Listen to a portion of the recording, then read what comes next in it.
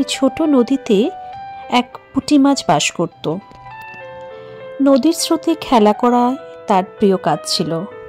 সে জানত এটাই তার পৃথিবী, এই ছোট্ট নদী তার সব। একদিন আকাশে ওরা এক সাগর পাখি নদীর পাশে এসে বসে। পাখি মাছটিকে বলল, তুমি কি জানো তোমার নদীর বাইরেও বিশাল এক সাগর আছে? মাছ অবাক হয়ে জিজ্ঞেস করল, সাগর? সেটা কি নদীর চেয়েও বড় কিছু? পাখি হেসে উত্তর দিল, নদী শুধু শুরু, সাগর হলো সমাপ্তি।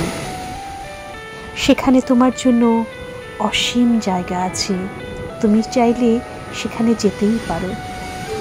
মাছ কিছুক্ষণ চুপ করে রইল, তারপর বলল, কিন্তু আমি তো খুব ছোট, আমি কি সাগরে টিকে থাকতে পারবো?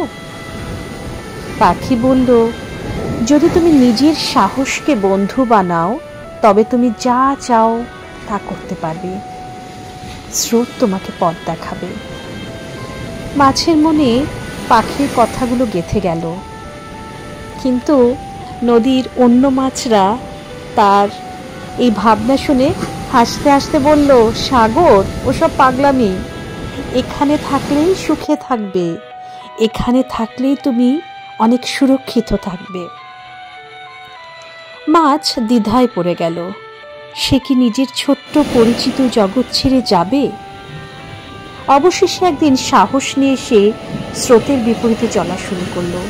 দিন রাত পরিশ্রমের পর নদীর শেষ প্রান্তে এসে সে সাগরের বিস্তৃতি দেখতে পেল। প্রথমে ভয় পেলেও পরে সে বুঝল এখানে তার জন্য সত্যি অসীম জায়গা, অনেক ব্যাপ্তি। সাগরে পৌঁছে সে নতুন জীবন শুরু করল। তার দিগন্তে নতুন স্বপ্ন, নতুন অভিজ্ঞতা এবং মুক্তি এলো। আর সেই ছোট্ট নদীর মাছ সাগরের নীলে মিশে গেল এক সাহসী অভিযাত্রীর পরিচয়।